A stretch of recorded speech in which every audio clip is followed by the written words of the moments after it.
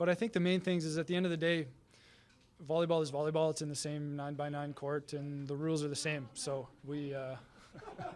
Is that on the back of your shirt? Yeah, it's on the back of the shirt. Muted. A little free shout out for you. And it doesn't matter who's on the other side of the net. You need to still execute to the best of your ability if you want a chance to win.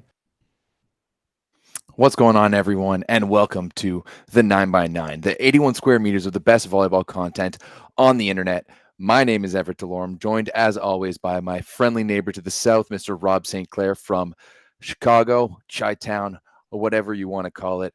And ladies and gentlemen, we are finally down to the nitty-gritty. The round of 16 at the 2022 FIVB Men's World Volleyball Championships are done, and we are getting ready for the quarterfinals. And Rob, we finally have some upsets. We finally had some banger matches. We've seen some of the best volleyball from this tournament over the course of the past 2 days.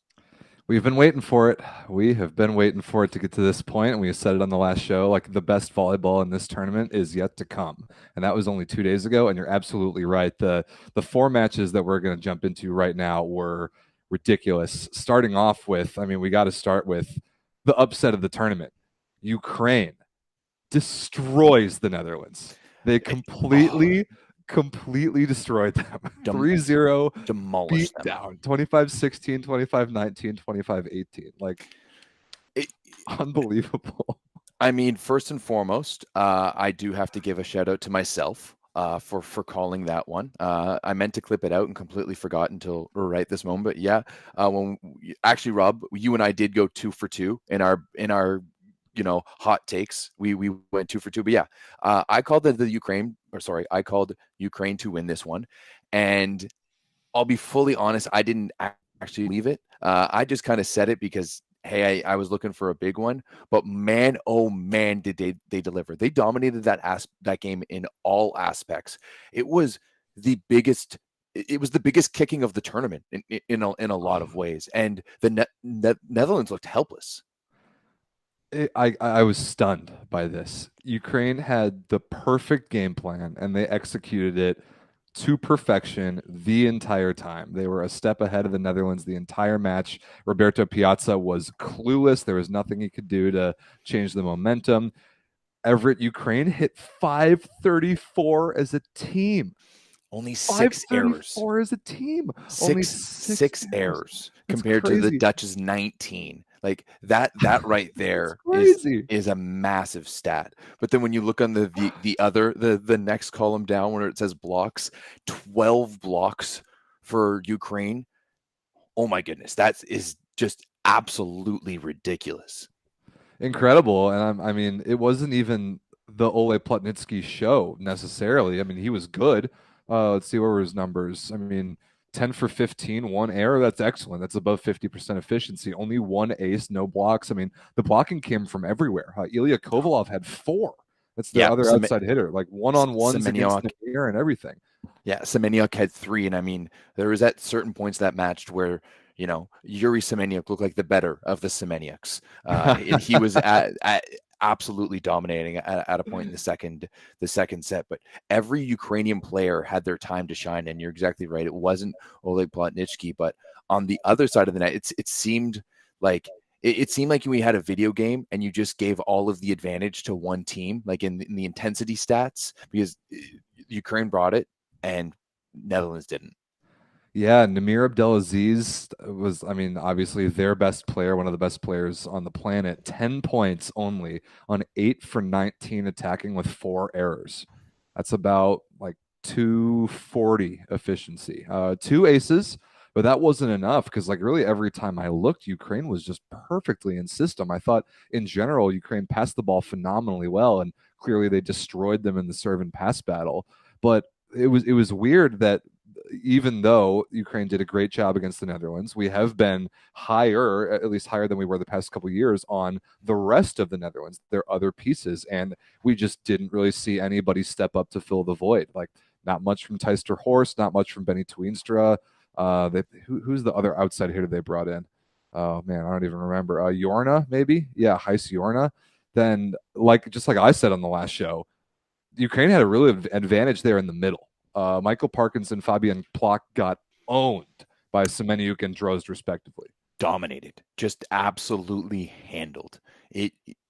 It was incredible. And I mean, it was Ukraine really just going out there and putting them some respect on their names, right? This wasn't even a tournament they're supposed to be at, and now they're one game away from the semifinals. That's absolutely absurd. Just a Yeah. massive win for this program, and it honestly could have lasting effects. Making it into the top 10 of a world championships like this is absolutely massive. Yeah, it's the Cinderella story of the tournament by far, because like you said, that Ukraine wasn't even supposed to be in this tournament, and it's ironic that it just so happened to be them that they were the next ones up in the rankings when Russia was taken out of the field several months ago. Boy, have they capitalized! And you're right. Like, how many times have we seen it? A team or a player or like something magical happens in a world championship. More so world championship than the Olympics. Even it's just kind of a stage for huge, like one big breakout run that has ripple effects for years and years. I mean, we've seen it even from Slovenia. They had one good world championship and several really good Euros, and that kind of got them to the point where they're at. Yeah, I mean, Slovenia's only good world champion. They've only had one, and it was a 12th. So, but Yeah. the Euros definitely. But yeah, Ukraine here has an absolute hugely opportunity, and it doesn't matter what they do at this point. They got to this stage, and that's really it. Yeah, there's honestly not even that much more to say about it because they put on such a clinic. Like the match was never even close. Ukraine had every advantage, every statistical category, and just the energy and the feeling. You could have clipped out any random like segment of 5 minutes of that match, and you would have absolutely known the result. It was unbelievable. Yeah, it was crazy. Namir didn't look like Namir, and Ukraine looked fantastic. Yeah, I mean, I think that's it. I don't really know Yeah. what much further is to say. Yeah, Ukraine is going to have a chance to play for a spot in the semifinals of a world championship. I just can't even believe I'm saying that. No, absolutely. Congratulations All right, to him, man. Amazing. big, huge show. And I mean, hey, let's continue with the free Ole Plotnitsky train, because he just continues to show he should be on any of starting for any of the teams in Superliga. But yeah. All right. Well, moving on to the next big banger. And I mean, Rob, I think this one was possibly the best game of the tournament. Truly, I thought it was an all-time classic. But at the end of the day, France squeezes out a monstrous 5-set win over Japan in what was definitely the best game of the tournament, hands down. I really think it was too. It was the closest and also the highest level across the board. And I mean, you and I, Everett, were both really high on France. We didn't think that just in that particular matchup, Japan could really hang around. But I got to give you credit, because what you said was if Japan is going to have a chance, Yuji Nishida's and Yuki Ishikawa, one or both, are going to have the best match of the year. And they did exactly that, right? Nishida comes in 31 points, Ishikawa 22. It was ridiculous to see what they did yesterday. Yuji Nishida, dude, I've never seen him play that well, and this is a player that we've laughed at on the show before because of all the attention that he gets and all the hype that he generates and all the comparisons to cartoon characters. And I don't necessarily always think that the praise of his is always warranted. Not this time. Oh, this time it is. This time it is. The kid was automatic. He had 31 points. So joining an elite club of guys who have scored 30 in this tournament. 28 for 40 attacking. 28 for 40 with 5 errors. That's 575 efficiency. 575 against the best team and the best defensive team and one of the best blocking teams in the world, plus 2 blocks and an ace. It was the best I've ever seen Yuji Nishida play, and ever. And he was just automatic, and Japan had legitimate chances to win this match, and without a performance like that, it just couldn't have been possible. No, he was automatic, but he was also automatic in tough situations, right? He was chiseling blocks. He was going high off hands. He was hitting shots that honestly, I didn't see were open. Some of his line shots down the line were just disgusting. He really showed himself at the fullest form. I mean, there was at one point I looked down at the third set and he was like 19 for 25. Just absolutely ridiculous. It's like, what is going on here? And I didn't think he could keep up that pace. And I mean, at that point, he was like, what, at 76%, 76% attacking. And he ended the game at 70%, right? Hitting percentage, not efficiency, but still, it was a phenomenal match to watch from him. It was a phenomenal match to watch from Ishikawa. And I've seen some people in the Discord especially being like, oh, France only does like 3% more than they need to win. But I don't think that was the case today. I think that Japan showed up to play and they forced France to the limit. Like, they forced the best out of France, and that France needed to show up and, under tough circumstances as well with the loss to Kevin Tilley to get it done. But huge credit to go to Japan in this one. Yeah, I mean, we're praising Japan even though they lost the match, but like, seriously, the amount of work and execution and effort and pressure and sustaining of that high level that they had to do to even get the match to that point was really impressive to me. I mean, set scores 25-17 France in the first. Like, when that happened, I'm like, okay, this is going to go exactly how we all thought. But then the response of Japan taking the second 25-21, overtime in the third that France won. Then Japan responded again. And Japan even had a match point in the fifth. I think it was 14-13 or maybe 15-14. And Ishikawa had a serve for the match. And I really thought, like, oh my God, are we really going to see this? And they couldn't quite get it done. France ended up scrambling one in transition. But that was as real of a scare as France has really gotten since they've kind of been on this run. I even felt like the fifth set against Poland in the Olympics last year that they felt more comfortable than they probably did in this fifth set. Yeah, absolutely. That was a fantastic performance from France. And we've also got some people in the chat coming in saying that I think it shows how deep France's bench is with Boyer and Clevenot coming in after the Kevin Tilley injury. And, absolutely. I think definitely Boyer came in and made a difference. Clevenot, I think he had a bit of a tough one coming in. He was targeted a little bit on serve receive. It wasn't up to snuff, but ultimately he did come out with a few good points. But I mean, I definitely want to spotlight Engapeth, especially in that fifth set. Rob, we were just talking about it in prepping for the show, but he had two really bad swings in that third set. There was one in transition to kind of earlier on. I think it was like 8-7 or 8-8 or something like that. But they had an opportunity to create a gap, and he came out of the pipe and just phasered it out of bounds. It wasn't even close. And then a few points before that to give Japan either equal or the advantage, he tipped a terrible one right into the tape. So to see Engapeth take that swing for match point, go sharp cross off the block, and was absolutely huge.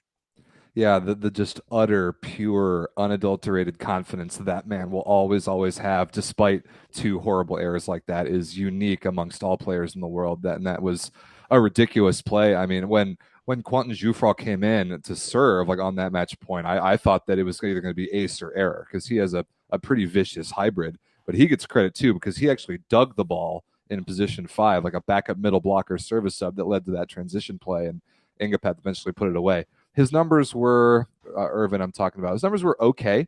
15 for 36. That's like 41% kills, but 6 errors, and a couple of them, those key ones in the fifth, like Everett mentioned. But the one that mattered, the one chance in transition that France got, he put it away, and they walk away with it 18-16. Yeah, for sure. I mean, Rob, I think I got to give a shout out to you, because on Sunday you said that in this one you thought Chinyeze was going to have a game, and that's exactly what he did. He went and got 17 points, went 14 for 18, attacking 77% hitting percentage, only 2 errors, added 3 blocks. He was feasting. Chinyeze was feasting, and any chance Guizot had to set him up on a platter, that's exactly what he was doing. Smart volleyball, good execution of an extremely favorable matchup. I mean, Bartolomé Chinyeze, if you haven't learned anything in the last 2 years, he has just like burst the door open and being like clearly a top 5 middle blocker in the world. And 100%. I'd say the only thing really separating him now from the elites is his serving. I think if he starts to become a truly lethal server. He might be the very best in just a couple years, but especially against Japan's middles, who I think have overperformed this tournament. But Chinanyeze, just not only because of his size, raw skill set, but his body contortion and then the routes that he runs with Brizard, there's just some really, really high level stuff going on there, and the drift patterns and the way that they create separation. And Brizard smartly, whenever he could, fed him the ball, and that's what you see. 14 for 18 is just ridiculous. Yeah, his wingspan and his window where he can hit the ball is so big, and Prizal knows that perfectly. And it's almost like he leads him exactly where he needs to every single time. That connection is quickly becoming one of the best in volleyball. Friendly reminder that Chinanyeze is going to go play with Luciano DeCecco at Lube this year. Oh, that's disgusting. How much fun is that going to be? And then Robert Landy Simone is going to go play with Brizard at Piacenza. So kind of some swapping of some middle relationships there. Oh boy. Okay.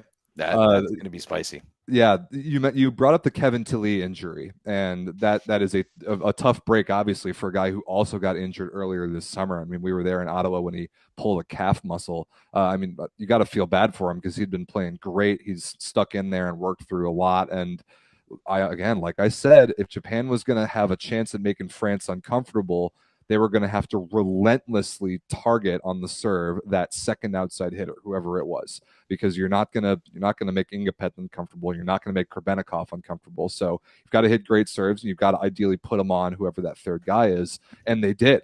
After Tilly got hurt, like Trevor Kleveno just wasn't all that particularly good, and it's kind of allowed Japan to hang around in the match. And the same kind of goes for Jean Patry. Uncharacteristically, not a very good match from him, but again, like you made the point, France's depth. And Boyer came in, who has the tendency to either be great or horrible, and I thought he was very good. I mean, very good is an understatement. Once again, we had three guys hitting 70% in this match. Boyer was 16 for 21 with 3 errors, 17 points overall, right? And you had 3 French guys with 17 points with Chinanyeze, Ingapeth, and Boyer. And Boyer did that coming in late as well, right? So just a masterful performance there by Antoine Brizard. And, you know, you've got, like, what was Ingapeth hitting at? Okay, 41% with 6 errors. I mean, but he's not a middle, and played most of the match. He's getting a lot of garbage over there, but just kind of shows you how good this French team is overall. Yeah, they hung in there with some very, very serious adversity and found a way to manufacture a win out of it. And it's just another kind of notch on their belt of learning experiences of how to win big matches. And again, Japan gets all the credit in the world, because after that first set, I thought this was going to be a 3-0 blowout, and it wasn't. It was one of the more fun matches I've watched in years. And it's a bummer that Japan couldn't quite get enough of a good seed in the first round to see somebody a little easier than France. But despite the loss, I feel like they've got to be hanging their heads pretty high after that. Yeah, absolutely. That was truly an all-time match, like Great you match. said. The first set was a bit of a stomping, but after that, it was fantastic volleyball all the way through. And yeah, great job by Japan. And it would have been an upset. I'm happy France moved on, because I think that they're the better team. But if Japan would have won, they would have earned it. Oh yeah, absolutely. Either team who would have gotten just a toe over the line in that fifth set was going to earn it. But sure enough, France, my personal pick to win the tournament, still alive, and we'll talk about their quarterfinal matchup in just a little bit. So Everett, before we move on to the other side of the bracket, no, I don't want to hear Brett Walsh again. I want to hear you tell us about that volleyball.store. That's right, ladies and gentlemen. If you want to support Volleyball Source, you like what we do, maybe send us to some events. If you want to look good like me and Rob sometimes, you know, he does look pretty good in that VLA shirt. I have to give it him that. But you guys got to head over to thatvolleyball.store. It's the official merch store of Volleyball Source, and of course the 9x9. You can get all your spicy volleyball merch. You get your 9x9 merch. They make volleyball great. Series, plenty of stuff. So make sure to head over to thatvolleyball.store and pick up your merch today. Yep, links in the description. And another thing that the link is in the description is the Volleyball Source Discord. You've got to get in there. It's been exploding the last couple of weeks for this tournament. All the discussion is insane. It's just really fun to have like knowledgeable, excited people from literally all around the world just in one place on the internet, just talking about the matches that are going on. So can't recommend enough that you join that, and you can laugh at our bad takes when we inevitably have them on this show. Mm-hmm. So, Ever, is it time for the other side of the bracket? Let's look at the matches today. I do think so. Today's matches were maybe not as entertaining, but definitely just as spicy, especially that first one, Rob. You called it on last week's, or not last week's show. What show was that? It was 2 shows ago, but I doubled down on it that I thought Argentina was going to beat Serbia. I did Yes. not expect, though, it to be a sweep. That was very surprising. So the 13 seed beats the 4, even though they were really balanced in the world rankings. We knew this match was going to be good, but Argentina, after being extremely shaky in pools and Serbia being untouched in pools, I think you made the point, Everett, that maybe there was a concern about Serbia having not really been challenged just yet. And if they got into a situation where they had a team really punching back at them, were they going to be able to handle that? And I honestly think the answer was no. I think Argentina came out and punched them, and there were late runs in both sets 1 and 2 after Serbia went up early that Argentina played significantly better volleyball. And I mean, sure enough, you look up and then all of a sudden it's 3-0 and Serbia's going home. Yeah, it was, you could tell that Argentina had been struggling, that they had been like knocked down a little bit, and they're ready to show who they were, right? And they had 3 tough 5-setters in pool play. And as you've mentioned before, like including a really uncharacteristic one against Egypt, right? Yeah, and maybe what that was last one, like you get a scare against Egypt. You go to 5, and with 2 tough losses against the Dutch and Iran, which coincidentally are both out now. So who would have thought that the team to have finished 3rd place in that pool would be the furthest one going? But Argentina just came to play today. They were at another level, and this was peak Argentina, right? And I think that they can handle pressure so well and big game situations so well because this team has such an enormous level of skill. And you've got DeCheco slinging the ball, who doesn't look like he cares half the time anyways, right? And that's exactly what it was today. I mean, Antanasievich was awful in the first set. They brought in Petkovic. He was all right. He came in like, those 2 aces, like for 2 points there in the second set. It looked like Serbia was back. Petkovic ripped 2 aces. You're like, okay, here we go. Serbia about to run. And then they just never did. It just never did. And we've been making the point about Serbia this entire tournament. I mean, they had the easiest pool by far. Their only remote challenge was from Ukraine. But we knew that as deep as they were going to be able to go in this tournament, it was going to depend on the play of Alexander Atanasievich. And the guys on the broadcast made the same point. Dave Rogers and Clayton Lucas saying, we think it's crazy to say, but it's crazy to say that this team's weakness is opposite when Atanasievich is there, but he's just not the player that he used to be anymore. No, definitely not. And I mean, it's sad to see, but he did suffer a pretty bad injury and went through that rehab, and it's just right. He's just never been back. I mean, that's why he doesn't play at Perugia anymore. And I mean, I would be very surprised to see him making a run at 2024 and Paris. But I mean, this might be the end of what was a fantastic Serbian dynasty. Because a lot of these players are moving on, and sure, you've got a pretty good young generation, as we saw them in Ottawa, but I don't know if you're going to have the domination, the potential of domination that this team had. Yeah, ever since even like the 2008 Olympics, I think is the very, very beginning of that, because that was the first time I ever saw Marko Petrosyan in play. He was kind of the guy that ushered in this particular generation. You had Daddy Stankovic come and go. You had Srećko Lisinac, who's the man. You had the retirement of Nikola Grbić, and then Nikola Jovovic comes in. You had both Kovacevic brothers. Then Nikola retired, and Uroš is obviously still doing his thing. And Marko Ivovic, I think, won MVP of a World League one of those years. And Atanasievich, obviously a constant throughout all of it. But yeah, I agree. This might be kind of it. And it was too bad. I think that if they could go back and do it again, they would have rather have a difficult pool. I think a more difficult pool. I think they needed a little bit more like scars and bruises and being prepared for a game like today than they had.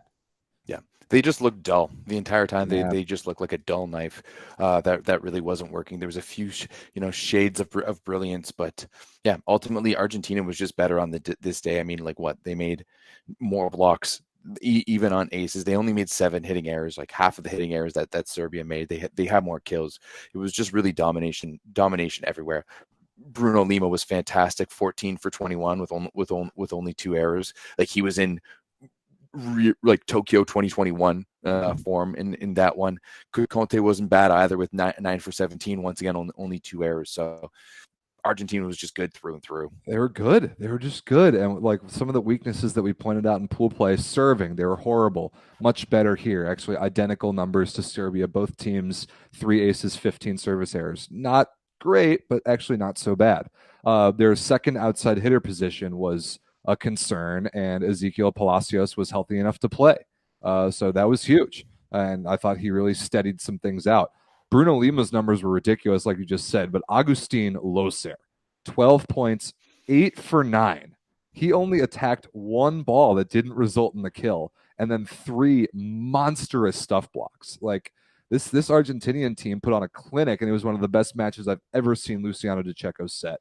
All the right choices, plus that one like goofy little like net play tip to position 4 where nobody was. Just a classic DiCecco play. He was so good, and he was really in the zone, because you can tell when he looks like he doesn't quite care all that much. That's when he's at his most lethal, because he's really in control of everyone on both sides of the court at that point.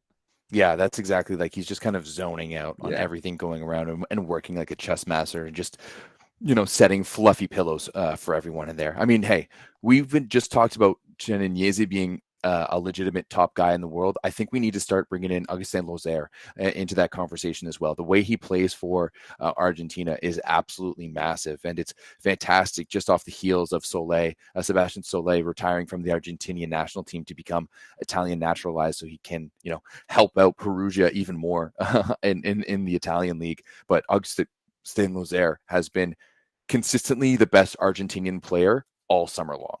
I completely agree. He has been the best Argentinian player all summer, and he's going to go to Milano in Italy for the first time. And I'm interested to see that, because he's not going to have nearly the caliber of setter of DiCecco, because just like we were talking about with Chinese and Brizard, the stuff that Loser and DiCecco are doing in terms of like these crazy drift patterns and jumping sideways and forcing opposing middle blockers to not only commit on timing, but also commit on spacing, is just impossible to stop. You have to make such a ridiculous read as an opposing middle blocker and sell out completely to guess the right direction to even have a chance of touching the ball. And it's just too much of a risk. And when you have DiCecco, who can set those sorts of things from a wider range of passed balls, Argentina's really, really scary when they can do stuff like that. And sure enough, I mean, we've got a couple really good points in the chat I want to address. One, Argentina jumped 2 full spots in the world rankings from this match. Wow. Which is nuts. I didn't see that. They were 10th, and they jumped over Iran and Slovenia, and they're all the way up to 8th, because a 3-0 win over the 11th ranked team in the world got them 11 points. They're actually tied with Japan right now, so they almost actually jumped even further. And then the other thing is, like you were saying, Everett, it needed 5 sets to beat Egypt in pool play, and now they're in the quarterfinals of the World Championship. Yeah, just huge. I mean, getting that 3-0 against Serbia is even more so good for the points, But man, Argentina, I think they're a team to me that's always dangerous. Trust me, as a Canadian fan, I know this. They've broken my heart on more than one occasion. But yeah, Argentina, full credit to them on this day. And I mean, hey, once they're in the quarterfinals, anything can happen, right? Yeah, it's a what have you done for me lately kind of tournament. Pool play definitely in the rearview mirror for him now. 100%. All right. Well, Rob, let's move on to the next match to talk about Argentina's opponent in the quarterfinals. And this one, another 3-0. Bit of a different story there, with Brazil just dominating. I was kind of expecting a little bit more from Iran in this one, but they could just never get it going. And Brazil continues to prove both of us wrong and are looking pretty good in this World Champs. Cachopa, dude. Cachopa. What a difference. Just such a huge difference in just the entire feel around this Brazilian team, with Cachopa at the setter position. And they didn't even have Lucarelli today. If there was an opportunity for Iran to win this match, this was it. We were talking about Brazil's lack of depth past their starting 7, and they didn't have Lucarelli due to some minor injury. I think he's maybe 50-50 that'll play in the quarterfinal in a couple days. But without him on the floor, I thought that Iran really had an opportunity, and they just did not take advantage. 25-17 in the first set, then 25-22, 25-23 the rest of the way. They had, they subbed out 3 of their starters. They subbed out Amin at opposite. They subbed out Vadi at setter, and they subbed out Manavi at outside hitter. They just did not have it. No. No one looked good for them. They weren't rolling. It's crazy to me to think about the Iranian team that we saw at VNL and kind of being like, where did they go? Where did Amin go? I mean, we were all so high on him, and he was kind of a footnote in this World Championships for Iran the entire time. Could never really get going, and it really showed that the only really guy they have is Abadapur. Yeah, Badapur, he was okay today. I mean, we talked about on the last show, he was going to have to be phenomenal, as he has been for most of the tournament. 8 points on 8 for 18 attacking with 4 errors. It's about 20% efficiency. Probably not going to be good enough considering Amin hit 0, 2 for 10 with 2 errors. That's definitely not going to do it. And this is one of the weirder score sheets I've ever seen, Everett, because if you look at the leading scores, you've got the two teams combined. You've got 3 guys at 7 points.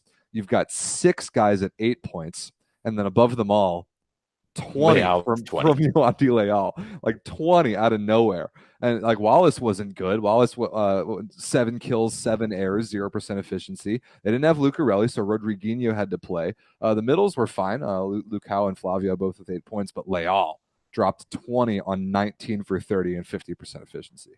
I mean, hey, he had 8 points alone in the third set, right? He scored as many points in one set than everyone did, and all along. And I mean, that was also the set that Iran looked pretty good. Like they held the lead a couple of times. I thought they were actually going to make it a little bit interesting. I was hoping they would, right? Yeah, that's kind of what I wanted to see. But they never got that momentum that Iran needs, and that's one thing that's definitely necessary within the Iranian game, is that they need that momentum. They need that passion to continue going, and the flame was just never lit, or it wasn't lit light enough, and Iran is going home. Yeah, Iran's going home. I mean, I don't know. I don't think they were ever really going to beat Brazil. I don't think they have the level of team volleyball IQ yet. I just don't think they have it yet. Brazil is a kind of a tricky team to scout and execute against, even though we've known who they are throughout the last several years. But the setting difference was drastically different between the way that Fernando Kraling, is nicknamed Cachopa, distributes that Brazilian offense now, even in his like 3rd or 4th match as the true starter, versus the 2 Iranian setters we saw, both Vadi and, see what's the backup's name, Javad, wears 24. Just not good enough. Just not that good of a high level offense, especially for a good blocking team like Brazil. Iran just didn't have it. No, they didn't at all. And I mean, you talk about Cachopa, and he clearly understands the flow of the game. You can tell he just feels it. Like he's one of those guys. He's a feel player. He's a feel setter. He's like the Checo. He can feel the game. And you can just tell it, like he was just spreading that offense so nicely in sets 1 and 2. And here's one for you. Here's one for you. Yep. Wallace, Flavio, whatever. And then in the 3rd set, it's like Leal wants it. He's hot. Let's go. And Cachopa's making all the difference. And I mean, who knew that as we were watching Brazil die and wilt away, it was really just Bruno dying and wilting away. I do got to give Bruno credit though, man, because as this kind of transition was starting to happen, as Brazil looked terrible in those first 2 sets against Cuba on day 1 of the tournament, and Bruno got subbed out, and then Cachopa came in and completely turned things around the rest of the way. I was really wondering how Bruno was going to handle that. I didn't really see him as a player who would really stay engaged without like being the guy. I just didn't really see it as, I mean, his dad was the coach for so many years. It was his team for so long. I wasn't sure if he was gonna really still be that much of a team player once the team wasn't his anymore. But to his huge credit, he was. Every time they showed him on the bench, he was animated, he was engaged, and then sure enough, he gets his moment very, very late. He comes in the 6-2 and rips an ace right on the end line to win the match. It was very impressive. Same kind of thing that Benjamin Toniutti is going through right now for France, as Brizard becomes clearly the guy to set that team. I was curious to see how Bruno would adapt to that, and was impressed with his demeanor, but also obviously the match stealing point. Yeah, 100%. Like that was classic Bruno come in. It's just all about his mental fortitude. You can tell he's just got it mentally still. Maybe it's just not there physically. Maybe he can't feel the game as he used to, but he can still serve a damn ball. And that's exactly what he did to close this one out in classic style. And you could see how stoked the rest of that Brazilian team was for him when he made that move, how ready they were, and how, you know what, every time they do these post-game interviews with Cachopa, I'm just more and more impressed. And I'm going to say kid, but I know he's not that much of a kid. Like he's like what, like 23 or something like that. He's 26. Yeah. Okay. Yeah. Exactly. 26. Yeah, That's what I'm saying. A little bit. I remember when he used to come up to Canada for like U23 events. Like this was like a number of years ago now. Right? So, yeah, like it's clearly his time, and I'm going to be interested to see how Brazil can run this momentum with them, because he's clearly changed them just enough and changed their look and style just enough that no one really recognizes them right now. And there's, as we've seen throughout the last year, this year for sure, in the last couple of years, there's an advantage to that. If there's not quite as much film on you as a team yet, you can really take that and run with it and perhaps overperform with it. So, but as you can see there on the bracket, their next opponent is the team that knows them better than anyone else in the world. They're fierce, arch, bitter South American rivals, and I'm definitely stoked for that quarterfinal matchup. Yeah, that's going to be a big one. But before we get to the previews, is there anything else we want to chat about this game? No, I think that's it for the games from the last 2 days. All right. Well, then before we get into the previews, we actually have a very exciting announcement here on Volleyball Source. So we have now activated the membership portion of YouTube. So now you can now become a member of the Volleyball Source YouTube. I believe it's $4.99 American per month to be a member for Volleyball Source. Right now, it's pretty bare bones and limited, because I got it going today about an hour before the show. But once you subscribe, you're going to get a little badge. I'm excited to announce that the badge levels are appropriately named the thanks for participating, ultra, super, mega, and hyper levels.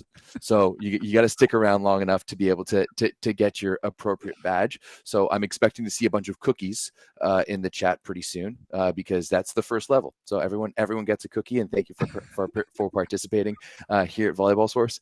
Of course, we're also going to be adding some emojis, some of the best emojis from the Discord into chat. I think we can add about 9 of them, so that's going to be pretty exciting. And then, of course, with the membership, a little bit further down the line, it's going to give you access to exclusive live streams, first viewing on different content, and of course some other exclusive content. So make sure, if you want to support us another way, you can go on to our YouTube, join the membership, get that cookie badge emoji, and yeah, we thank you for watching us and supporting us. Absolutely. So just to explain that a little bit further, there's a subscribe button, the big red subscribe button that you should have already pressed. That is free. That costs you nothing. You just get updates from our channel at that point. You see it in your list of subscriptions when we go live or when we have videos that come out. That's free. That's just like every other YouTube channel. But next to that button is a button that says join. And it's in my experience, because the VLA does this all the time, we really use YouTube memberships a lot. It's a lot easier to access on desktop than it is on mobile. So we'll try and help you out with that. But if you happen to be on desktop, you should see a button that says join. You can click that and see the options of the memberships and the levels of the Cuban Spike tier list and the things that you'll be able to get from that. So we're excited that YouTube has just granted us that permission today, and to build it out with a lot of content in the future to make it worth it for you guys. So if you like what we do, want to support us, pick up a thanks for participating tier membership here on the YouTube channel, and you can only go up from there. Yeah, exactly. And the only way to get away from the cookie badge and work your way up, I believe the second one is the boxing glove. Yeah, you got to resubscribe. And also, let's do a quick shout out. If you're watching this and like this, just give this a nice little like. If you don't want to, if you're not willing to spend your hard-earned dollars, which is completely understood. Like, the world is wonky right now. Some of you may not have a lot of money. Some of you may be students. Just give us a quick like. Give us a quick like on this video. Give us a quick subscribe, and keep watching. Another thing that really helps our videos reach more people, because there's a bunch of you in the YouTube chat that are awesome. Just getting in with some discussions. After the video's over, if you go back and leave like more generic comments on the video, like not in the YouTube live chat, that helps the algorithm a lot. That makes our video appear to more people that don't already subscribe to Volleyball Source. So that would help if once the video is over, or if you watch it after the fact, leave us a comment below. That'd be cool. Yeah. Awesome.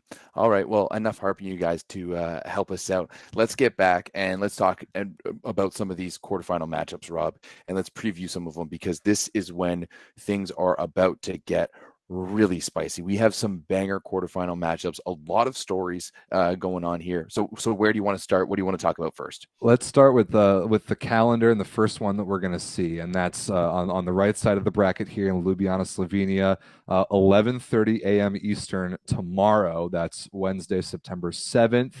We get a VNL semifinal rematch between Italy and France in that kind of bottom right corner of the bracket. And we've been saying the whole time, Everett, there's going to be one, and then in another quarterfinal, two very, very good teams that are going to be out in the round of 8. And so one of France and Italy is going to move on, and one of them's going home. So this is a very spicy quarterfinal match, and it's the first one we're going to see tomorrow morning. So let's start with that. Yeah, I mean, this one is absolutely massive. You get the defending VNL and Olympic champs against the defending European champs. Also a rematch of the semifinals of the VNL. I mean, 2 of these matches in the quarterfinals are rematches of the VNL semifinals. And we all remember how that one, France absolutely slapped up Italy on a way to a 3-donging. So I don't really know what to expect in this one. I don't think it's going to go 3-0 for France anymore as easily as they did the VNL, but I am giving advantage to the French team in this one. I am too. I think that one of the reasons why Japan had a pretty good amount of success against France just the other day was that they served the ball great. And that's something that Italy has not been doing this tournament. We talked about Italy's block being a huge advantage for them. But I think the French offense and the French attackers and the experience that they have against one another negates that blocking advantage just a little bit. But serving travels. If you can serve great, that is an advantage in every matchup against anybody, anywhere. And I really think that France has a serious advantage in both serving and serve reception. Yeah, I also think France just went through a serious scare. You know, They did. like quite the opposite to Serbia. Like they've been pushed. Like they just got pushed to the brink, and they saw the edge, and they were able to fight back from it and push away from it. And I think they're going to dial in on this one. Hopefully, there are not too many trips to the club between now and then, and they just get ready to play Italy, because it's going to be an all-time banger. I think this is going to be another fantastic match. If Italy can bring their A game, if Lavia's blocking the way he did in the first match, or in some of these matches, if the middles are playing the way they are. What I really, really want to see, though, from Italy is I want to see a good game from Micheletto, right? Yes. I need to see some classic Trentino Micheletto making shots, looking confident, right? It's just, he seems to have lost a little bit of confidence, and I need to see that back from him. Yeah, Italy just needs the guy. They need a guy with that level of confidence that wants to have the ball in huge moments to score points against well-formed block, against unbelievable defenders. Like, Italy needs that. I think they've been missing that this tournament. If they can pass the ball, great. Okay, cool. You let Gianelli do his thing, but either Micheletto or Romano, like, somebody's got to have some high ball scoring ability on this team, especially in this matchup. And I think it's just got to be Micheletto. I think this is his time to elevate his game from what we've seen this summer so far. 100%. I think it's time for a bit of a statement game from Micheletto. Yeah. If he really wants to build himself into one of the upper echelon players of this game, he needs to find a big match in this time. And I mean, he did have such a big game year last year. Maybe this is a bit of his sophomore slump, but for Italy to go any further in this tournament, they need Micheletto to be the unicorn that he is. He is the unicorn, and yeah, they're gonna need him. I mean, all these French guys, almost all of them play in Italy. They know the Italian guys, they know the system, and again, they absolutely mopped the floor with Italy in the semifinals of VNL just about a month ago. So I've got France in this matchup. I'll say 3-1. Yeah, I like that too. I like 3-1 as 3-1 as well. I can't see Italy getting three donged again, but I can't see this going to five either. Yeah, I do think that France, having just been scared by Japan, is going to wake them up just a little bit more in a way that the rest of the world definitely does not want to see, and it starts with beating Italy. Yep, absolutely.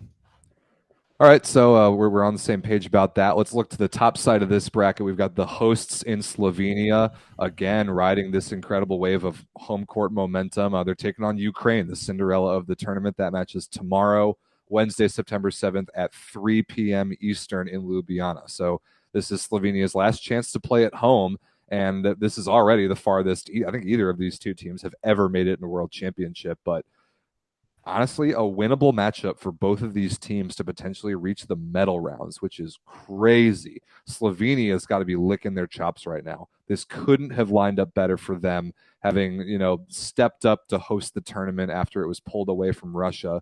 They pulled that off, and their team is really taking advantage. Now they could seriously be looking at a medal. Yeah, 100%. I mean, for Slovenia, as I said before, their best result ever was the last go around back in 2018. That was a 12th, so they've already massively improved on that. And I mean, for Ukraine, there's only one time that they've ever qualified for the World Championships. That was 1998 in Japan, and they finished 10th there. So another huge improvement for Ukraine in this one. And you know what? As much as I'd like to see the Cinderella story continue for Ukraine, they get the last minute slot in, they get out of their pool, they upset Netherlands. I just don't see that happening against a very good, a very veteran Slovenian team that's on their last final fairy tale run and their last match potentially at home in Ljubljana, right? Like everything about the momentum says to me Slovenia is going to take this. Everything on paper says to me that Slovenia is going to take this, and my heart tells me Slovenia is going to take it as well. So I can't help but put back the home team in this one. I think if this match were being played anywhere else, I would honestly pick Ukraine for the magic and the Cinderella run and the 100%. momentum, but I Absolutely. can't overstate how much of a home court advantage there is in this tournament. We've seen the crowds. The home crowds in Ljubljana, as Slovenia has played matches, have been unbelievable. 11,000 strong. And like you said, this is their last, guaranteed, whether they win or lose, this is their last match at home because the Final Four is all being played in Poland. And there's a very good chance this is the last real run with this core of players who have just put Slovenia on the map these last 5 or 6 or 8 years. This might be the last meaningful match they'll ever play on home soil. Couldn't be a bigger deal. And with all the stakes on the line, I can't pick against Slovenia. I think Klemen Chabel is going to be terrific. I think the experience of that team, and I think Jan Kozamarinik and Alan Pajenk match up much better in the middle against Ukraine than the Netherlands did. I've got them. I'll pick that one 3-1 as well for Slovenia. Right, as good as the Dutch have been, and yeah, they made it to the final 8 at the VNL. This is a Slovenian team that has 2 or 3 silver medals from the past 4 European championships. This is a team that has done deep runs in the VNL. This is a team that has other players than just one superstar that play in some of the top leagues in the world, right? So this Slovenian team is ready to go. They've refound their mojo. Getting rid of Lebedew did something to them. Cretu with a collar popped has got the magic going. Maybe he's got Cretu's secret stuff, just like Space Jam to give the guys. But these guys have got the juice, just like corn, and they're ready to go. I expect them to get the 3-0 win at home. Oh my God, not a reference I was expecting to hear, but one that I'm happy I I snuck that one in. Honestly, that just came to me on the spot, and I had to go with it. I couldn't. It's corn. I couldn't help myself. I'm sorry. That was great. My fiance is gonna love that you made that joke later. Yeah, I think we're both on the same page so far. I would love to see Ukraine pull off a miracle, but I think Plotnitsky's gonna have to have the match of his life, and the Magic's just got to run out somewhere. And even this Cinderella run, I don't think can compete with 11,000 fans. No, definitely not. All right, so let's check out the other side of the bracket. Well, one more time. Those 2 matches, so France versus Italy and Slovenia versus Ukraine going down tomorrow. The following day on Thursday, Everett, is the match of the tournament. I'm calling it right now. It's the match of the tournament. It's the Poland versus USA rematch. Now, there's a lot about this that we have to set the stage for because We saw the result in pool play of this very tournament. Just 2 matches ago, Poland beat the United States in 4. Micah Christensen did not play. There was a lot surrounding, like the circumstances of the pool. Was it even worth it for Poland to go out and try to win? They did. Now they get a rejuvenated, healthier, full force rested United States team in the round of 8, who, by the way, destroyed them 3-0 in the VNL semifinals. And now the situation is different for Poland. This is exactly the point in the tournament where they have struggled since the last major tournament that they won, which is this very World Championship 4 years ago. I hope, obviously, being a gigantic American fan, but I actually think that this will be significantly more competitive than last time, and the United States has a very legitimate chance to win this match. I do too. I really do too, especially the way that Micah Christensen has looked in that last match. He's back. He's ready to go. If the USA can get Matt Anderson going, I think they have a legitimate shot at winning this match. Right? He has been the big question mark for so far. Aaron Russell, TJ DeFalco have been lights out. The middles down the middle have been phenomenal. Soji has been consistently one of the best players on the court. It's really Matt Anderson has to show up. Also, too, history is on USA's side here, right? Just if you look back just at the VNL, Poland beat them 3-1 in the intercontinental round. USA returned the favor 3-0 in the semifinals, right? This time you had Poland take down USA in the group stage. Now it's time for USA's revenge in the quarterfinals, but it's not going to come easy. I think this one is going to be tooth and nail. This isn't going to be the one that the absolute, astonishing 3-dong that we saw in the VNL semifinals. I think this one is going to go 5-dong, if there I we may, go. and go all the way to the go all the way to the limit, because how can it not? Right? How can it not? How can it not? Like, please, guys, just do the volleyball world a favor and make this an absolute banger of a match. Like, that's all I ask of you. I honestly think that it will, and I completely agree that Matt Anderson is the key player. He's going to have to be great. We need that right side scoring presence. We need a little high ball scoring ability, and we need his serve. The last time we played Poland, we could not put enough pressure on them from the baseline. We need that desperately. We need, Anderson, DeFalco, Russell, Smith, like 4 dangerous jump spin servers. We need 3 of them to have great days, and then Christensen and probably Jendrik to place the ball in the right places. We cannot let Poland be so automatic from the service line as they are passing the ball and on their offense as they were in the pool play phase. And that's something that I think we did really well when we beat them in VNL in the finals or in the semis earlier this summer. Is we forced Marcin Janusz into having a bad match because we put just enough service pressure on Poland. That's the recipe, and we just have to hope that mental block that they still have of winning major tournaments is still there, and we can take advantage of it. Ooh, I don't know if it's a good strategy to hope that the other team is having that mental block, because right. But I don't know if we've got to put pressure on them so that 100%. they feel that pressure. And there's a huge level of execution that's required there. Poland's not going to give the game away to us for free, but no, if we especially show up in front of 10,000 plus rabid fans.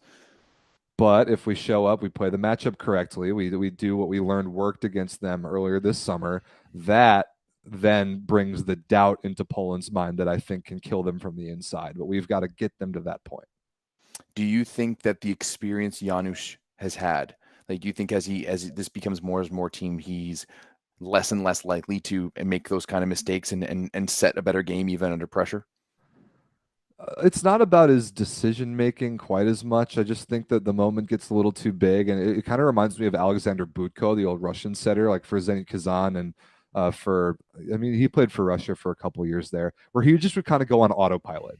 He would not really think. He would just see the ball coming to him and just fling it out somewhere, and that was kind of it. And that puts ceilings on teams that Butko was on, and I think that's kind of what we saw Janusz play in the VNL semi-match that we beat him so cleanly. And Micah Christensen thinks about the game and feels the game and flows the game and makes high degree of difficulty plays in a way that Janusz right now can't. And so if we put that pressure on him, it's not that he's going to lose Poland the game.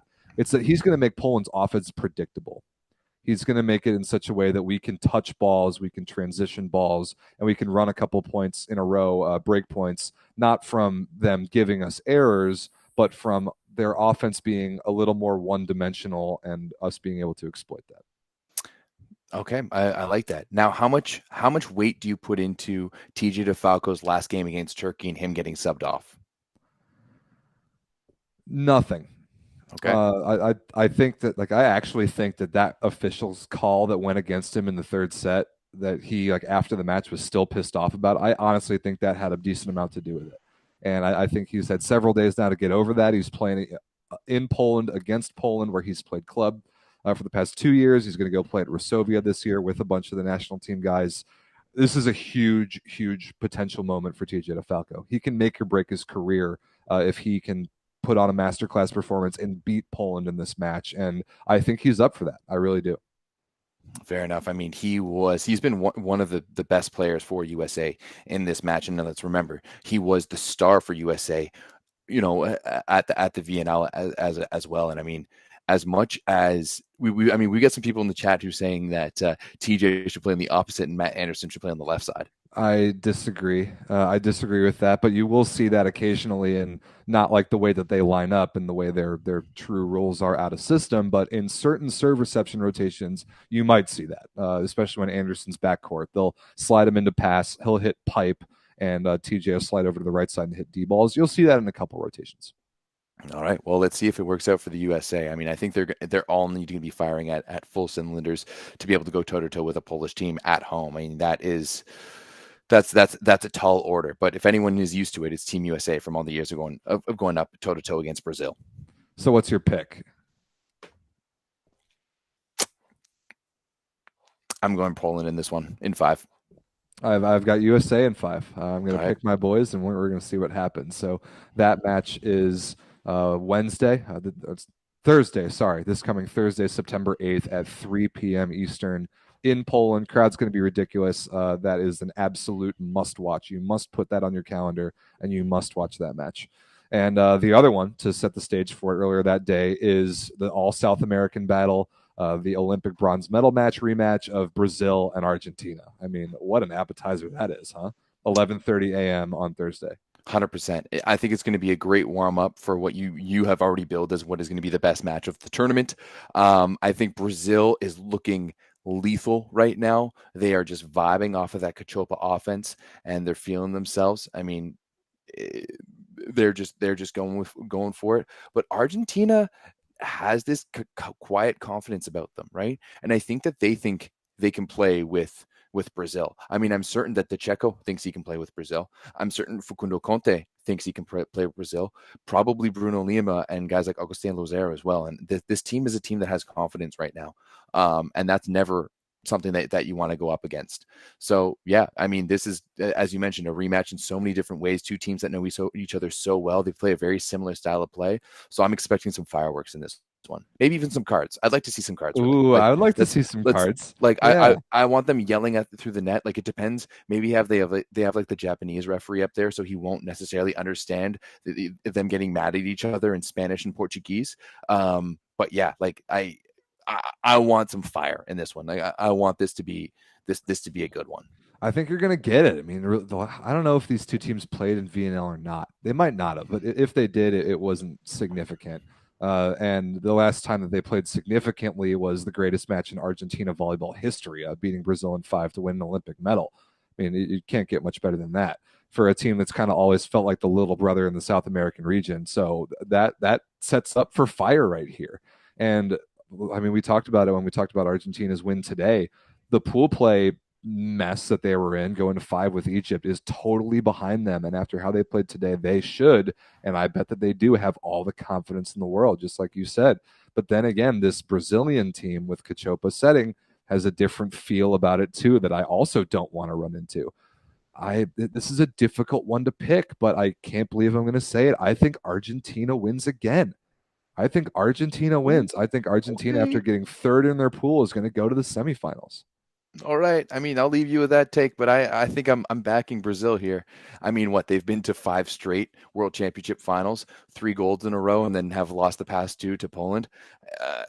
I think it's going to be hard to stop them, especially once, like, yeah, sure, the last time they played was in the finals of the South American Championships last fall. That doesn't really matter. It was a 3-1 Brazil win to Brazil. It doesn't matter. They're going to remember right? Wallace is going to remember. Leal is going to remember. Everyone remembers that loss for Brazil against Argentina, and they're not going to forget. Imagine if Rob, Canada beat the U.S.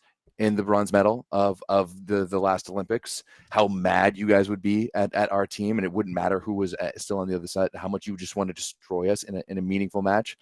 I think that's Brazil right now, looking at this Argentina team being like, they know they're in for a battle, but they know they're going to bring the hurt onto them. I admire your creativity for even inventing such a scenario in your brain that Canada might beat the U.S. for an Olympic medal. But I mean, it happened in the World League 2017. Cool, World but yeah. Leagues. How's your Olympic hardware trophy case doing? And how you're doing in this tournament, for that matter. But anyway, I agree with you. The significance of this match can't be overstated. I mean, the World Championship is a very big deal. When these two play in meaningful matches, it is a big deal. But for some reason, I think that there's this weird magical energy around this Argentina team where they barely make it out of pools and then they go on some crazy miracle run. I mean, it was the same way in the Olympics. They lost to 5, or they beat Tunisia in 5 at the Olympics. Do you remember that? Yeah, they dropped 2 sets to Tunisia, and again they dropped 2 sets in pools to an African team. Then they run all the way to an Olympic bronze medal. I think that's possible here, and I'm going to pick it. I'm going to pick it in 4 sets. I'm going to pick Argentina 3-1. No, I'm picking the complete opposite. I'm picking Brazil 3-1. Okay. All right, I love it. So we're in agreement on the right side of the bracket, but we're totally the opposite on the left side. I think that's pretty fun. Yeah, we're friends on Wednesday and not friends on Thursday. That's how it goes. I'm not gonna be friends with anybody on Thursday. I'm going to be stressed out watching this USA. Don't say that. Don't say that, because you know that there's certain people in the Discord who are just like wringing their little hands, sitting in countries who aren't even at the tournament right now, thinking about insults they're gonna fly at you as soon as the USA starts losing on Thursday. Well, that's the real point that you made, is that those people who are planning on doing that, their teams are not in the tournament. No, you're exactly right. So hey, but yes, you're right. Thursday is going to be a very nice day, and this is exactly what I said. It's kind of nice that Canada's not in the tournament anymore, because I don't have any stressors. I could just wake up, watch the game, throw it on, have a good time. My girlfriend's watching with me. She's asking questions because she doesn't know anything about volleyball, but we're teaching her, and there's just no stress. It's great. Quite the opposite over here, but fortunately for you people, regardless of the result of USA Poland, we're going to jump right back on here for another 9x9 episode very shortly thereafter. So the next time you'll hear from us is this Thursday, 2 days from now. You want to do normal time, Everett, 7:30 Eastern? Yeah, let's do 7:30 Eastern. Let's go for it. Perfect. So 2 unbelievable days of extremely high stakes matches starting tomorrow: Italy, France, and Slovenia, Ukraine. And then Thursday, Argentina, Brazil, Poland, United States. This is it. This is when it's getting good. This is what the World Championship is all about. The stage has been set. We've had great matches. This is it. This is when the real legacy-defining banger of matches are going to come up, and we'll be back in 2 days to break them all down. Yep. Thanks a lot, guys, for watching. Remember, if you would consider becoming a member to the Volleyball Source YouTube channel, we would highly appreciate it. But if you don't, make sure to like this video and subscribe to Volleyball Source, and maybe go check out some of the merch over at thatvolleyball.store. Thanks a lot, guys. We will see you Thursday. Oh, and join the Volleyball Source Discord if you haven't already. We'll see you in the Discord, and we'll see you back here on YouTube on Thursday. Thank you for watching. Peace.